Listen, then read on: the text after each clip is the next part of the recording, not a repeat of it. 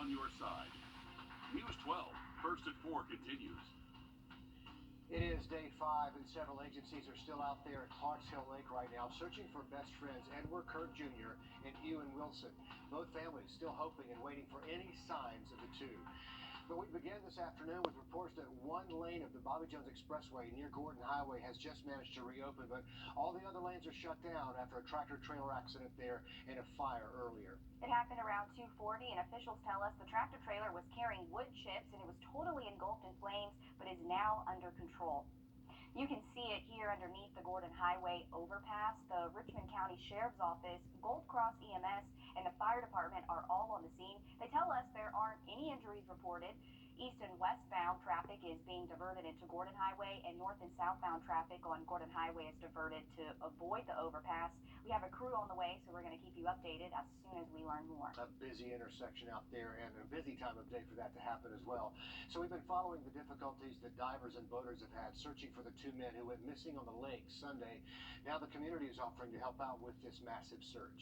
But crews who are working the scene say right now community help might not be the best route to go. Nick Proto is live at the lake. Nick, how is the family feeling, and what can people do to help with the search? Well, family is just physically, mentally, emotionally drained right now. Many of them didn't even come out to the lake today on day 5 of this search. But as you can see, a group of people did come out here today. They say they are trying to do whatever they can to help. DNR has actually asked that people in boats and on jet skis actually stay clear of the search area because the wakes make it harder for their technology to work. Some friends have been out here since we got here around 10:30 this morning. Around 1:30, they did take a jet ski out on the lake, staying along the banks to see if the bodies had washed up. They also have an ATV going around sides of the lake. Reggie Hampton is one of the friends who's been out here every day since this happened. He tells us they'll be out here until they find their friends. Till we run out of gas, and I guess until the sun beat us down. Yeah. I'm come out every day until they been found, man. I'm talking about every day, blood, sweat, and tears. We out here. Now, rescue teams did expand their search a little bit today. Lincoln County EMS brought out their boat for the first time. Coming up on News 12 at 6 o'clock, we'll hear more from friends, and we'll also talk more about the search here on day 5. Guys. Nick Pro, another day of searching there at Clarks Hill Lake. Nick, thank you. Time now for a look outside. More seasonal for the weekend. We'll have a look at those rain chances as well past the weekend coming up in your first alert forecast. First at 4, a Grovetown man is sentenced to almost 6 years in federal prison after he admits to having child porn.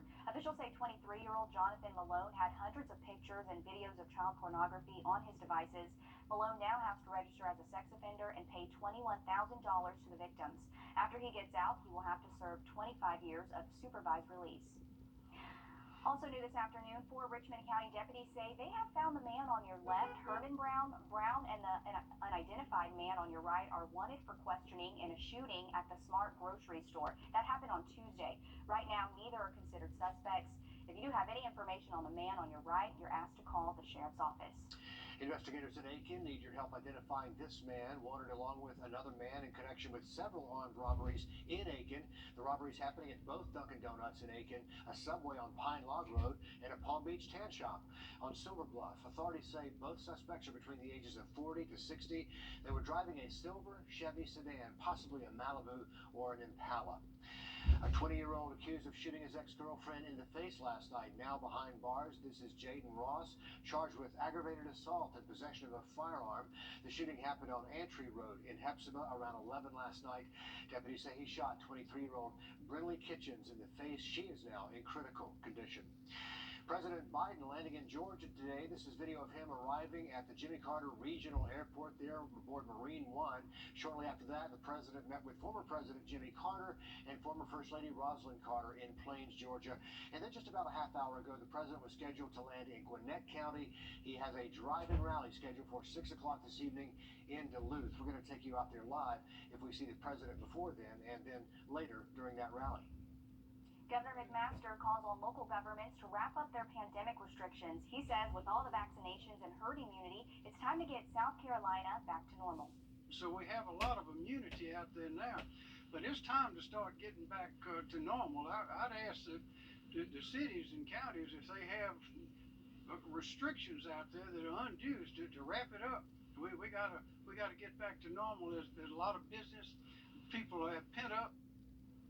On Twitter, McMaster says it's ridiculous for school districts to require masks in school. He says that should be up to each individual's parent.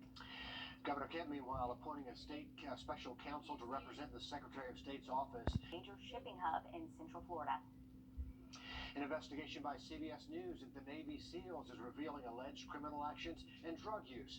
Former and current SEALs say most of them serve with honor, but the bad ones tend to have more influence. Recently, 2 SEALs pled guilty in the strangulation of a Green Beret in what is being called a hazing that went too far. Other SEALs are describing their drug use on duty. Now, anonymous members of the group are speaking out. There are 3 groups in the teams. There's a small group on one side that is evil. They're lawless.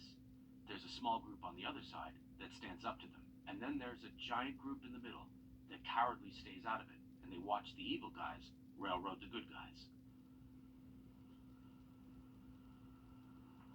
The SEALs say they chose to remain anonymous out of fear of retaliation. They showed photos of one SEAL beaten by teammates for calling out bad behavior. Richland County Sheriff's Department is in talks to bring back the live PD TV show. The show went off air after the killing of George Floyd back in June. Deputies say the show is important for transparency in the community. They say it helps them build community relationships, but others feel like it targets the black community too much. When kids see us at gas stations filling up, teenagers, 20-year-olds that normally may not have wanted to talk to the police, they come over and talk to us because of the show. Why is it always the black community that you're in? You know, we know that they have a lot of crime, but there are crime other places. Officials from the department say nothing has been finalized just yet. A Lancaster fire chief on administrative leave now after a racist post on Facebook. In the post, he says, "Dear police, stop responding to these black neighborhoods. They will eventually kill each other, and the fake news won't have a story." Well, now he's issuing an apology to the black community. He says the post was not meant to be an attack. It was meant to be a jab at the news media.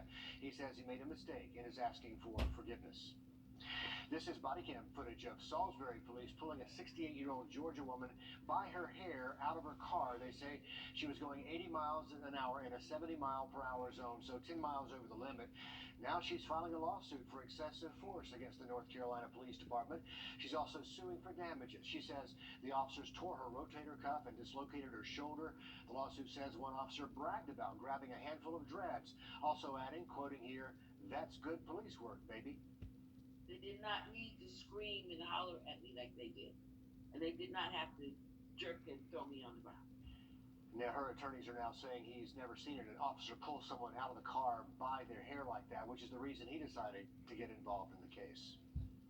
Shepherd Blood is collecting donations right now until 7 o'clock tonight. They're going to be out at First Baptist Church in North Augusta. Officials from the Blood Center say shortages are continuing since the pandemic started. They say cancellations and a lack of participation are hurting their supply. While they need all types, they say their biggest need is for O positive.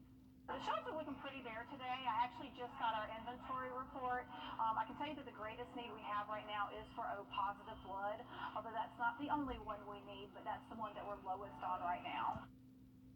They also have a major need for B blood. They say O positive and B are the most used in hospitals when people need transfusions. If you haven't seen the storm drain murals in downtown Augusta, today and tomorrow is your last chance. The murals are a part of it all flows into the Savannah Project. Artists were paid to paint the murals to raise awareness about storm drain pollution. Things like oil, trash, and chemicals get drugged by storm water into our storm drains, which pollutes our local water systems. President Biden calling on Congress to pass police reform legislation by next month. We're going to hear from families of victims from police shootings about what they want to see change. And heading into tomorrow, we are expecting dry and breezy conditions, and we'll create another elevated fire danger for us. I'll look at your first alert forecast next. After my rack, 4K streaming box for free. Click, call, or visit a store today. Today, families who lost someone to a police shooting met with lawmakers on Capitol Hill. This comes after President Biden's call on Congress to deliver police reform legislation by next month. Steve Dorsey has the latest from Washington. Relatives of George Floyd and Eric Garner were among a group who met with both Republican and Democratic lawmakers on Capitol Hill Thursday to push for police reform. This was about them understanding that this is very real to all of us, but it means more to these families than anybody else. The visit comes as a bipartisan group of lawmakers tries to negotiate a deal. They are driving this change, and the pain and the hurt, as well as the turning that pain into even a deeper, broader purpose. This is what's going to make the difference. Last night, President Biden called on Congress to pass comprehensive police reform by the first anniversary of Floyd's murder next month. We've all seen the knee of injustice on the neck of black Americans. Now's our opportunity to make some real progress. In March, the House passed the George Floyd Justice and Policing Act, which would, among other things, ban chokeholds and some no-knock warrants and prohibit racial and religious profiling. But overhauling protections for police, which would make it easier to hold officers accountable in court, has been a sticking point for Senate Republicans. Still, Republican Senator Tim Scott is hopeful. What do you hope to accomplish today? Progress. 335 people in the U.S. have been killed by police so far this year, according to mappingpoliceviolence.org. The group says in recent years, 98% of police killings have not resulted in charges against the officer. Steve Dorsey, CBS News, the White House. Right now, South Carolina is working on a bipartisan bill that will change policing in the state. Time for us to talk weather now. When you see the words warm written in warm colors, you know what's coming, don't you? I know. Hey, warm is good news. You know what? I prefer that over cold or rain. Riley, No. yeah, warm is fine. Humidity, we don't like humidity up there anytime soon. That's what we've been able to dodge so far this year, and I'm happy with it. We're at the end of April, and we've managed to dodge the humidity this far. I know. I really don't think we've had dew points hit the 70s just yet this spring, so that's impressive. You can for feel us. it out there, too. Yeah, it's feeling good. A nice Tuesday. Highs near 90. Wow, the heat is coming back. Riley, thanks. As the vaccine rollout continues, a lot of Americans are itching to book the flight out of this country, but experts are saying if you have plans, you need to book those tickets sooner than later. Prices for international flights are surging. This comes as the European Commission said fully vaccinated people could visit Europe this summer. Another thing to keep in mind, COVID early cancellation policies. Those are going to be expiring until the end of the month. You can still get the free cancellations on flights with Delta and United, but for JetBlue, you have until May 31st. Again, experts say sooner is better than later. We're expecting flight prices to increase about 15% going into the summer. Some airlines got rid of their ticket change fees. If you upgrade your tickets, you can just cancel and buy a new one. Still ahead, vaccine trials in kids are pushing us closer to ending the pandemic, but the question is, will parents vaccinate their kids? What the experts are saying, coming up. I'm Toyota. Let's go places.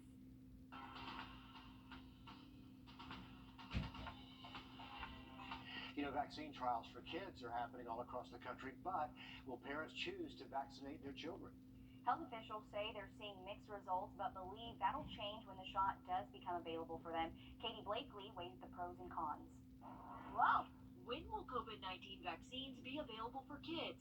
A question pediatricians keep hearing, and why Dr. Marcial Okendo encourages parents to enroll their children in clinical trials. I am very in favor of trials in the sense that it helps us understand and make things that are better and better. The latest clinical trial is happening in Fort Worth. Benchmark Research is enrolling children as young as 6 in the Novavax vaccine trial. Though excited about the next step in expanding the shot, researchers understand hesitancy among parents. I think it's a very difficult thing for a parent to do. For this particular vaccine, there's so much adult data out there that shows it's safe. A recent study showed more than 25% of parents do not intend to vaccinate their kids against COVID. Numbers Dr. Okendo believes will change once the shot is approved for children. I think it's like everything. The initial response that we always have to anything that is new is always the persistence. Though the virus does not affect kids like it does adults, vaccinating children may be the key to stopping the spread. But the thing is that even the vaccine can prevent them from bringing it home and taking it to grandpa and grandma. That's when we were going to be able to really achieve some form of herd immunity. So the late stage trials for the Pfizer vaccine in teens, that's been going on for months now. And one doctor believes the shot may become available for kids as young as 12 by the start of school in the fall. So big decision for parents whenever it's that time. Riley? All right, well, we're looking good for the weekend, guys. All night. Follow News 1226 on Instagram to see what's trending in your area. Well, they say cruise ships might be allowed to sail in U.S. waters again by July, and that's according to USA Today. They say that's based on a letter from the CDC to the cruise line industry. The CDC says there will always be a risk with COVID, but they're going to try to reduce it with testing, quarantine, and vaccines. They're also clarifying how to sail and meet COVID guidelines. Okay, I want to leave you with this 97-year-old out of Spokane, Washington, training for his upcoming 12K marathon. Yeah, his last time the Navy veteran ran the race, 1982, he was 58 years old back then. Even his wife has been training with him. The family says watching him get excited and train has inspired all of them, and it's all brought them all closer together. That is quite a story. Well, you know how he does. Navy guy right there. Riley, you can't beat that. Hey, that's good stuff right there, and he's going to be kicking a long more time if he keeps running all that much. Good stuff there. Looking over Grovetown.